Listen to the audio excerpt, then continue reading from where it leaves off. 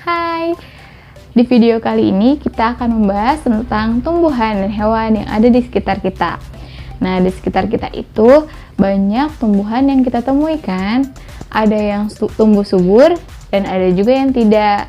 Nah, bagaimana ciri tumbuh-tumbuhan yang subur? Yang pertama adalah daunnya berwarna hijau. Ini contoh tumbuhan yang tumbuh subur.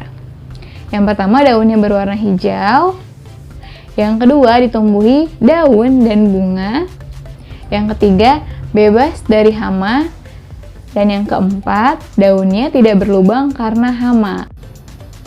Nah, berarti bunga mawar ini termasuk tumbuhan yang tumbuh dengan subur atau terawat. Nah, Ibu juga punya contoh tumbuhan yang seperti ini. Sama-sama bunga mawar, tapi bisa dilihat perbedaannya. Nah, kita lihat di sini daunnya mulai layu, berwarna mulai kecoklatan, bunganya juga sudah mulai layu. Nah, menurut kalian ini terawat atau tidak terawat? Ya, benar. Tumbuhan ini tidak tumbuh dengan subur atau tidak terawat. Bisa karena banyak faktor, bisa karena terlalu panas atau kurang memberikan nutrisi kepada bunga ini. Jadi dia tumbuh dengan kurang terawat. Nah, tadi adalah contoh tumbuhan yang terawat dan tidak terawat. Sekarang kalau hewan, bagaimana ciri-ciri hewan yang terawat? Ciri-cirinya adalah yang pertama, badannya tegak dan lincah. Yang kedua, kulitnya bersih dari luka. Kemudian, kulit atau bulu dan rambutnya itu bersih, mengkilat. Yang keempat, matanya terang, tidak keruh, dan terlihat jelas. Yang kelima adalah jarang sakit. Itu adalah ciri-ciri hewan yang terawat. Bagaimana dengan ciri-ciri hewan yang tidak terawat?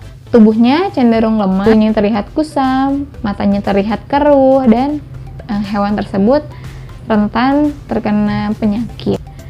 Hewan dan tumbuhan terawat atau tidak terawat itu adalah bergantung pada kita sebagai manusia. Jika kita sering merawatnya, maka tumbuhan dan hewan tersebut akan tumbuh dengan terawat.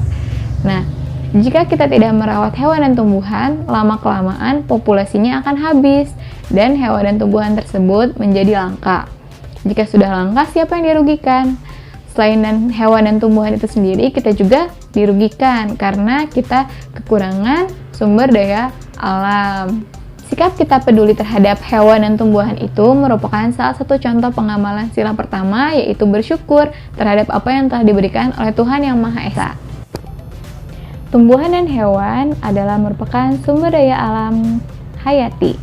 Sumber daya alam hayati adalah sumber daya alam yang berasal dari makhluk hidup, seperti hewan dan tumbuhan. Sumber daya alam hayati memiliki berbagai manfaat, contohnya dalam bidang ekonomi. Nah, pemanfaatan dan pelestarian hewan dan tumbuhan harus seimbang agar populasi di alam tetap terjaga. Berikut adalah contoh pemanfaatan sumber daya alam hayati. Yang pertama adalah yang berasal dari hewan. Bisa diambil dagingnya, contohnya sapi, ayam, bebek. Yang kedua bisa diambil kulitnya, contohnya domba. Yang ketiga bisa diambil bulunya, contohnya domba juga, dan bulu angsa, dan masih banyak lagi. Yang kedua adalah pemanfaatan tumbuhan. Bisa kita ambil sebagai sayur, contohnya bayam, kangkung, sawi. Yang kedua bisa kita ambil buahnya seperti mangga, pisang, jambu.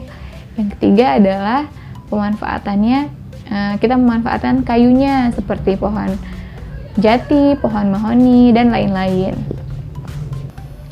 Yang ketiga adalah mikroorganisme. Berbagai mikroorganisme di alam biasa dimanfaatkan, contohnya dalam penerapan bioteknologi. Bioteknologi adalah suatu teknologi yang memanfaatkan mikroorganisme sebagai agen perubahan. Yang familiar atau yang biasa kita dengar adalah pembuatan tempe, keju, dan yogurt. Itu memanfaatkan mikroorganisme seperti jamur dan bakteri. Lingkungan adalah tempat kita beraktivitas. Oleh karena itu, lingkungan harus terasa nyaman. Sebagai manusia yang baik, kita wajib melaksanakan hak dan kewajiban kita terhadap lingkungan dengan seimbang. Setiap manusia berhak mendapatkan lingkungan yang bersih dan nyaman. Jika lingkungan kita tidak bersih dan tidak nyaman, itu akan mengganggu aktivitas kita. Oleh karena itu, kita wajib menjaga kebersihan dan kenyamanan lingkungan kita. Ada banyak cara yang bisa kita lakukan. Yang pertama adalah dengan membuang sampah pada tempatnya. Yang kedua, menanam pohon. Yang ketiga, memisahkan sampah organik dan anorganik. Yang keempat, membersihkan bak mandi seminggu 2 kali. Yang kelima, membersihkan sampah dari selokan. Yang keenam, memperbanyak tempat sampah agar setiap orang bisa mudah menemukan tempat sampah dan membuang sampah pada tempatnya. Dan masih banyak lagi yang bisa kita lakukan untuk menjaga lingkungan. Nah, jika kalian mempunyai banyak koran atau majalah bekas di rumah, jangan dulu dibuang, itu bisa dibuat karya. Karya apa yang bisa dibuat dari kertas, koran, dan juga majalah ya? Nah, salah satu yang bisa kalian buat dari kertas, koran, dan juga majalah adalah montase. Apa itu montase? Karya montase adalah suatu karya yang menggabungkan gambar-gambar yang sudah jadi. Gambar-gambar itu bisa berasal dari koran dan juga majalah bekas. Nah, yang harus kalian lakukan dalam membuat montase adalah yang pertama, mengumpulkan gambar-gambar yang menarik dari koran atau majalah bekas. Yang kedua, menggabungkan gambar-gambar tersebut menjadi suasana baru atau gambar yang baru.